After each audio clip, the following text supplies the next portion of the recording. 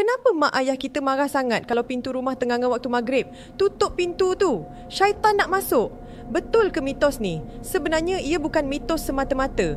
Ini 3 sebab kenapa korang wajib tutup pintu bila senja merah mula nampak.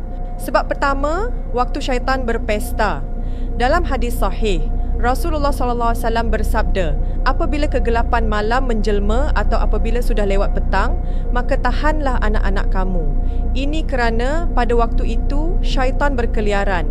Apabila telah berlalu beberapa ketika daripada malam, biarkanlah mereka dan tutuplah pintu-pintu serta sebutlah nama Allah, kerana syaitan tidak akan membuka pintu yang tertutup. Sebab kedua, bahaya Ummu Sibyan. Pernah dengar pasal jin Ummu Sibyan? Ini adalah jin wanita yang sangat bahaya pada kanak-kanak dan wanita hamil. Dia suka masuk rumah waktu maghrib untuk ganggu budak-budak sampai menangis tak berhenti. Sawan tangis. Sebab ketiga, pintu terbuka adalah jemputan. Kalau korang biarkan pintu terbuka tanpa baca bismillah, korang sebenarnya menjemput benda tu masuk. Syaitan tak boleh buka pintu yang ditutup dengan nama Allah.